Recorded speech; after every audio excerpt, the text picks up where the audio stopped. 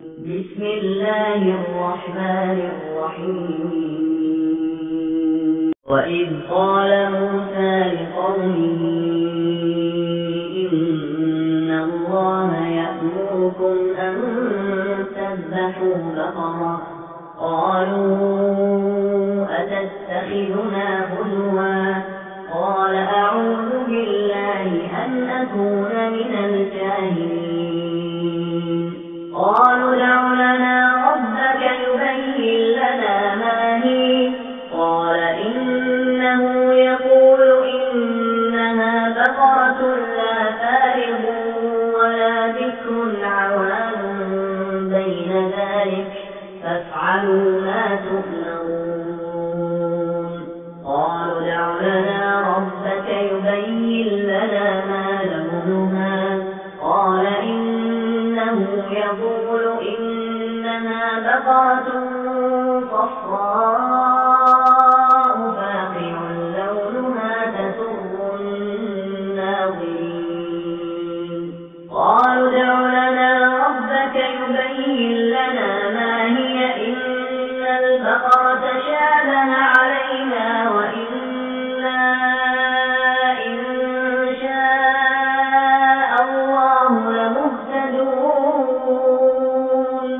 قال إنه يقول إنها بقرة لا ذلول تثير الأرض ولا تسقي الحرث مسلمة لا شية فيها. قالوا الآن جئت بالحق فذبحوها وما كانوا يفعلون. أعوذ بالله من الشيطان الرجيم. بسم الله الرحمن الرحيم. وإذ قال موسى لقومه إن الله يأمركم أن تذبحوا بقرة قالوا أتتخذنا هزوا قال أعوذ بالله أن أكون من الجاهلين. آمنت بالله صدق اللہ العظیم بحمدہ تعالی. آج کا ہمارا درس قرآن مجید سورہ البقرہ شریف کے آیت نمبر 67 سے لے کر آیت نمبر 71 تک ہے. ان آیات طیبات میں اللہ تعالیٰ نے بنی اسرائیل کا وہ انتہائی اہم واقعہ ذکر کیا جسے گائے کے واقعہ کے نام سے یاد کیا جاتا ہے. گائے کو عربی میں بقرۃ کہتے ہیں اور اسی مناسبت سے اس سورہ مبارکہ کا نام بھی البقرہ ہے. اور سورہ بقرہ شریف میں جتنے بھی واقعات بیان ہوئے ان میں یہ سب سے عجیب ترین واقعہ ہے.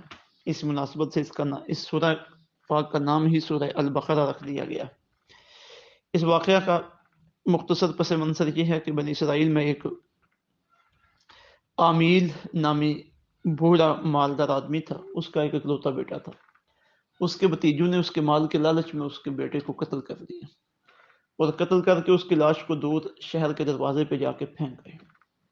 رات کا وقت تھا. جب صبح ہوئی تو اس علاقے میں شور مچ گیا کہ اس نوجوان کو کسی نے قتل کر دیا. وہ لوگ چل کے حضرت موسیٰ علیہ السلام کے پاس آئے. حضرت موسیٰ علیہ السلام نے اللہ رب العزت کی بارگاہ میں گزارش کی تو آرڈر ہوا کہ ایک گائے ذبح کی جائے اور گائے کا ایک ٹکڑا اس مقتول کے جسم کے ساتھ لگایا جائے اور یہ زندہ ہو کے خود بتائے گا کہ میرا قاتل کون ہے. تو اب بنی اسرائیل اللہ رب العزت کے احکامات میں پس و پیش کرنے والے تھے اور بہانے اور ہیلے نکالنے والے تھے کہ کسی طریقے سے جان چھوٹے. تو بجائے اس کے کہ وہ فوری کوئی گائے لیتے اسے ذبح کرتے اور یہ کارروائی کرتے، انہوں نے آگے سے سوال کرنے شروع کر دیا. اچھا یہ بتائیے کہ وہ گائے کس طرح کی ہو، اس کا رنگ کیسا ہو، اس کا قد کتنا ہو، وغیرہ وغیرہ. تو جو وہ سوال کرتے چلے کہ گائے کے حوالے سے پابندیاں بڑھتی چلی گئی. آخر یہ اللہ رب العزت کی طرف سے آرڈر آیا کہ گائے ایسی ہو کہ جس نے کوئی مشقت نہ کی ہو، ہل چلانے میں نہ کھیتی کو پانی دینے میں، اور بے عیب ہو، بے داغ ہو. تو اب اللہ رب العزت کا کرنا ایسا ہوا کہ اس طرح کی گائے جو آخری پابندی ان کے اوپر لگائی گئی تھی اس طرح کی گائے انہیں کہیں بھی میسر نہیں آ رہی تھی. بڑی تگدو کے بعد پتہ چلا کہ ایک یتیم بچہ ہے اور اس کے پاس وہ گائے موجود ہے. جب اس کے پاس پہنچے تو اس نے منہ مانگی قیمت مانگی جو لاکھوں کے حساب سے تھی. تو اب کیونکہ پھنس چکے تھے بار بار سوالات کر کے تو وہ قیمت انہیں دینا پڑی. وہ گائے خریدی گئی. گائے کو ذبح کر کے اس کا ایک حصہ اس مقتول کو لگایا گیا. تو اس نے بول کے کہا کہ میرے قاتل میرے چچا کے بیٹے ہیں. تو اس واقعہ سے ایک تو قاتل ان کا معلوم ہو گیا اور دوسرا اللہ رب العزت نے اپنی اس قدرت کا اظہار کیا کہ جس طرح اس مردے کو میں نے اپنے قاتل بتلانے کے لیے زندہ کیا ہے، تو میں ہی قیامت کے دن تمہیں بھی دوبارہ زندہ کروں گا اور تم سے حساب و کتاب لوں گا۔ تو اس واقعہ میں ہمارے عقائد کے اعتبار سے، تربیت کے اعتبار سے بے شمار حکمت کی باتیں موجود ہیں۔ پہلے اس کا لفظی ترجمہ کرتے ہیں اور پھر ان کی وضاحت کی طرف آتے ہیں۔ بسم اللہ الرحمن الرحیم۔ وَإِذْ اور یاد کرو جب قال فرمایا موسیٰ علیہ السلام نے لقوم ہی اپنی قوم سے، ان اللہ بے شک اللہ تعالیٰ یأمرکم تمہیں حکم دیتا ہے، ان تذبحوا کہ تم ذبح کرو بقرۃ گائے۔ قالوا وہ بولے اتتخذنا کہ آپ بناتے ہیں ہمارا ہزوا مذاق۔ قال تو آپ نے فرمایا اعوذ میں پناہ میں آتا ہوں باللہ اللہ کی، ان اکونا کہ میں شامل ہو جاؤں من الجاہلین جاہلوں کے گروہ میں۔ قالوا تو بولے ادعو لنا دعا کیجیے آپ ہمارے لیے ربک اپنے رب سے، یبین وہ بتائے لنا ہمارے لیے ما ہیا وہ گائے کس طرح کی ہو۔ قال تو حضرت موسیٰ علیہ السلام نے فرمایا انہ بے شک وہ اللہ تعالیٰ یقول فرماتا ہے، انہا بقرۃ بے شک وہ گائے ہو لا فارد نہ بوڑھی ہو ولا بکر اور نہ بالکل بچی ہو، اوان بین ذالک بلکہ درمیانی عمر کی ہو، ففعلوا تو بجا لاؤ تم ما تؤمرون جو تمہیں حکم دیا جا رہا ہے۔ قالوا وہ کہنے لگے ادعو لنا دعا کرو ہمارے لیے ربا کا اپنے رب سے، یبین لنا وہ بتائے ہمیں ما لونہا اس گائے کا رنگ کیا ہو۔ قال تو حضرت موسیٰ علیہ السلام نے فرمایا انہ وہ اللہ تعالیٰ فرماتا ہے، یقول وہ اللہ تعالیٰ فرماتا ہے انہا بقرۃ کہ بے شک وہ گائے ہو صفراء زرد رنگ کی، فاقع لونہا اور اس کا رنگ گہرا ہو، تسر الناظرین وہ خوش کر دے دیکھنے والوں کو۔ قالوا تو وہ کہنے لگے ادعو لنا دعا کیجیے ہمارے لیے ربا کا اپنے رب سے، یبین لنا وہ کھول کر بیان کرے ہمارے لیے ما ہی وہ گائے کیسی ہو۔ ان البقرہ بے شک گائے تشابہ مشتبہ ہو گئی ہے علینا ہمارے اوپر، وَإِنَّا اور بے شک ہم انشاء اللہ اگر اللہ نے چاہا تو محتدون ضرور اسے تلاش کر لیں گے۔ قال تو حضرت موسیٰ علیہ السلام نے فرمایا انہ یقول بے شک اللہ تعالیٰ فرماتا ہے انہا بقرۃ کہ بے شک وہ گائے ہو لا ذلول جس سے خدمت نہ لی گئی ہو، تثیر الارض زمین میں ہل چلانے کے سلسلے میں، ولا تسقی الحرث اور نہ کھیتی کو پانی دینے کے سلسلے میں، مسلمۃ بے عیب ہو، لا شیۃ فیہا اس پر کوئی داغ نہ ہو۔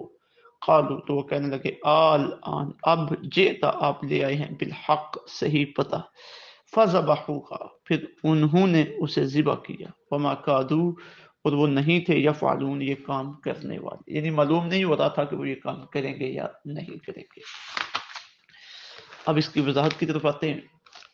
وَإِذْ قَالَ مُوسَىٰ لِقَوْمِهِ إِنَّ اللَّهَ يَأْمُرُكُمْ أَن تَذْبَحُوا بَقَرَةً یاد کرو اس وقت کو جب حضرت موسیٰ علیہ السلام نے فرمایا میری قوم اپنی قوم سے بے شک اللہ تعالیٰ نے تمہیں حکم دیا ہے کہ تم گائے کو ذبح کرو۔ یہ اس وقت کی بات ہے جب وہ بندہ قتل ہو گیا اور اس کے قاتلوں کی تلاش کے لیے وہ حضرت موسیٰ علیہ السلام کے پاس آئے کہ قاتل پکڑائے جائیں، تو حضرت موسیٰ علیہ السلام نے فرمایا کہ اللہ تعالیٰ فرما دے کہ ایک گائے ذبح کرے۔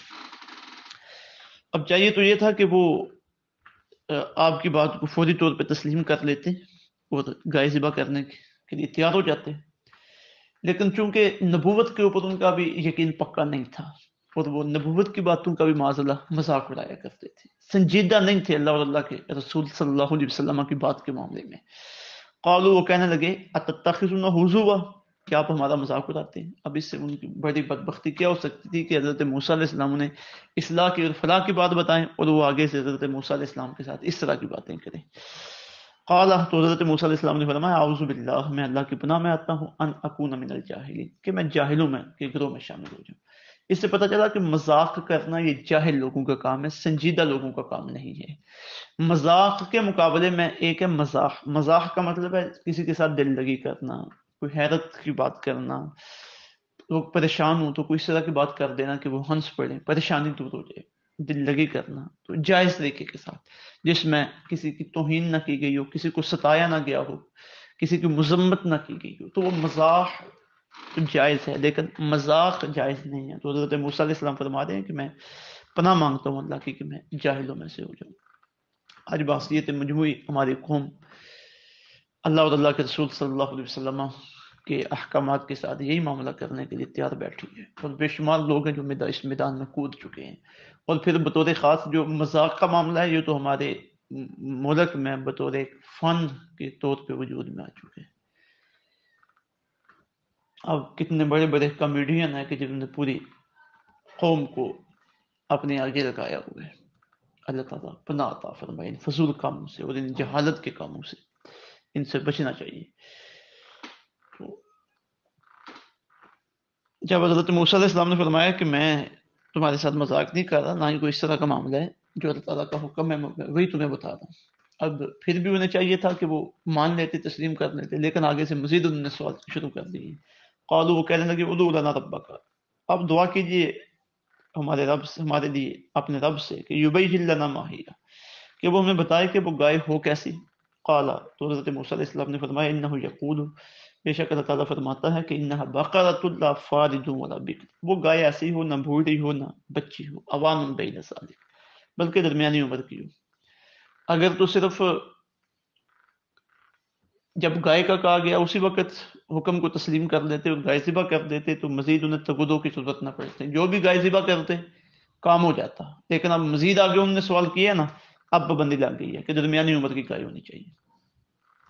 تو پھر بھی حضرت موسیٰ علیہ السلام نے انہیں سمجھایا کہ فَفْعَلُوا مَا تُؤْمَرُونَ، سوال نہ پوچھو، مزید ضدیں نہ کرو، جو تمہیں کہا گیا وہ کر گزرو۔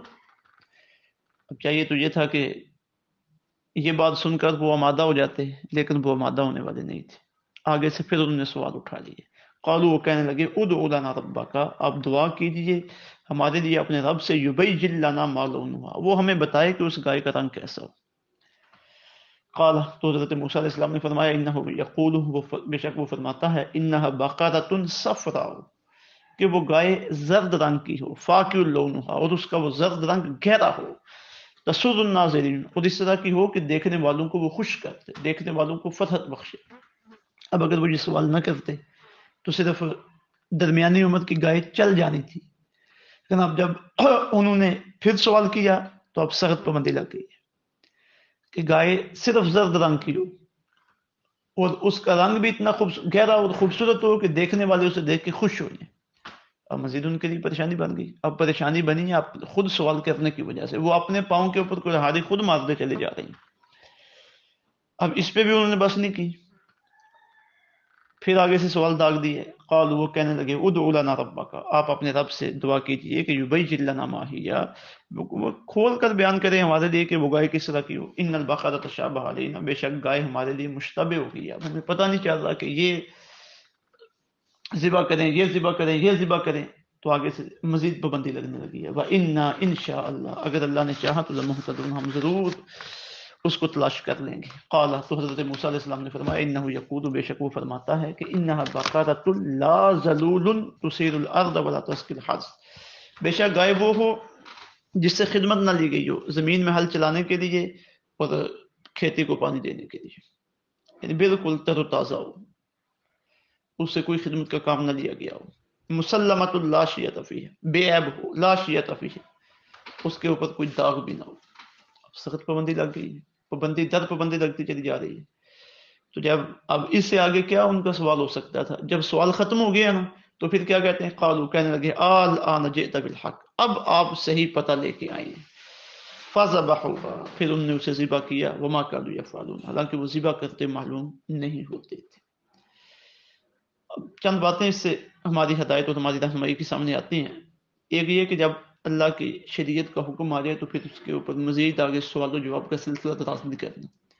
جب حکم واضح ہے تو فوری اس کے اوپر عمل درآمد شروع کر دینا۔ رسول اللہ صلی اللہ علیہ وسلم نے صحابہ کرام علیہم رضوان کو بھی سوالات کرنے سے منع فرمایا تھا کہ تم سوال کرو گے، اس کے جواب میں شریعت کا کوئی حکم آ جائے گا، تمہارے اوپر سختی آ جائے گی، پھر تم پریشان ہو جاؤ گے۔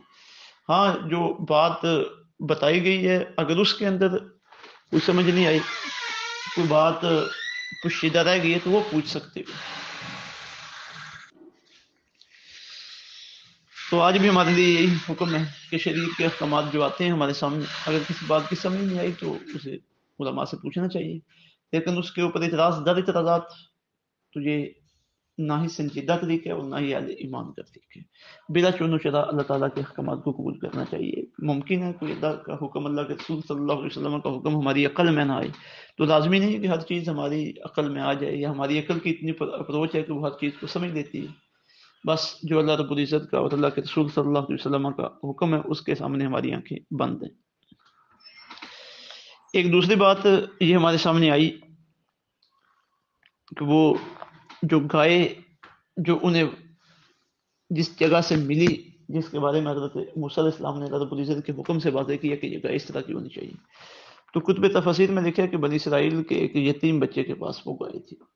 اس کا باپ بہت نیک تھا، جب دنیا سے جانے لگا تو اس نے کہا مالک مولا یہ میرا بچہ بھی تیرے سپرد ہے اور میری گائے بھی تیرے سپرد ہے۔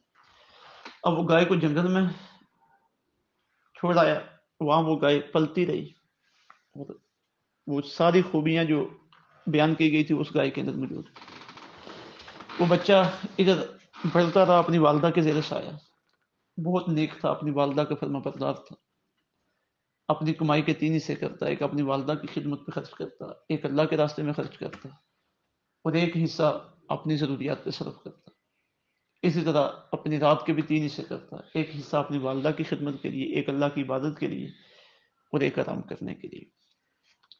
تو یہاں تک جب اس کی عبادت کا اور تقوی کا اور خدمت اپنی والدہ کی خدمت کا معیار پہنچا ہوا تھا، تو اب اللہ رب العزت کی اس کے اوپر بہت کرم نوازی ہوئی۔ پیچھے اس کے والد کی دعائیں موجود تھیں۔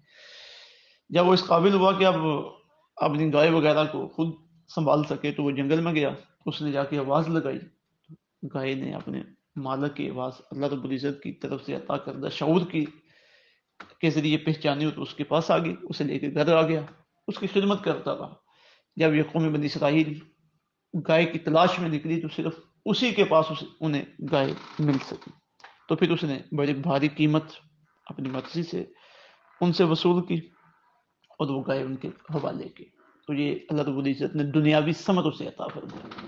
تو اس سے پتہ چلتا ہے کہ بندہ اللہ رب العزت کا فرما بردار ہو، اپنے والدین کا فرما بردار ہو، تو اللہ تعالیٰ کی کرم نوازیاں اس بندے کے اوپر نازل ہوتی ہیں۔ دنیا میں بھی اللہ تعالیٰ اسے ترقی عطا فرماتا ہے، مال و دولت کے حوالے سے اس کی ضروریات پوری کرتا ہے، اور قیامت کے دن بھی اللہ تعالیٰ نے اس کے لیے اپنی رحمتیں اور کرم نوازیاں رکھی ہوئی ہیں۔ ایک تیسری بات یہ سامنے آتی ہے کہ بھتیجوں نے اس مالدار آدمی عامیل کے بھتیجوں نے اس کے بیٹے کو جو قتل کیا، وہ وراثت کی لالچ میں تھا کہ اس کا ایک ہی بیٹا یہ مر جائے گا تو اس کے وارث ہم بنیں گے۔ تو یہ وراثت کا لالچ ایک محرک ہے جو کسی کو کسی کے قتل کے اوپر ابھار سکتا ہے۔ تو دین اسلام نے پابندی لگا دی کہ جو وراثت کے لالچ میں کسی کو قتل کرے وہ ہمیشہ کے لیے وراثت سے محروم ہو جاتا ہے، تاکہ یہ جو وراثت کے لالچ میں جو قتل کا راستہ ہے اسے ہمیشہ کے لیے بند کر دیا جائے۔ یہ چند ایک ہمارے لیے ہدایت اور حکمت کی باتیں جو اس واقعہ سے سمجھاتی ہیں۔ اللہ رب العزت کی بارگاہ میں توفیق ہے کہ وہ سمجھ کی اور عمل کی توفیق عطا فرمائے۔ وما علینا الا البلاغ المبین۔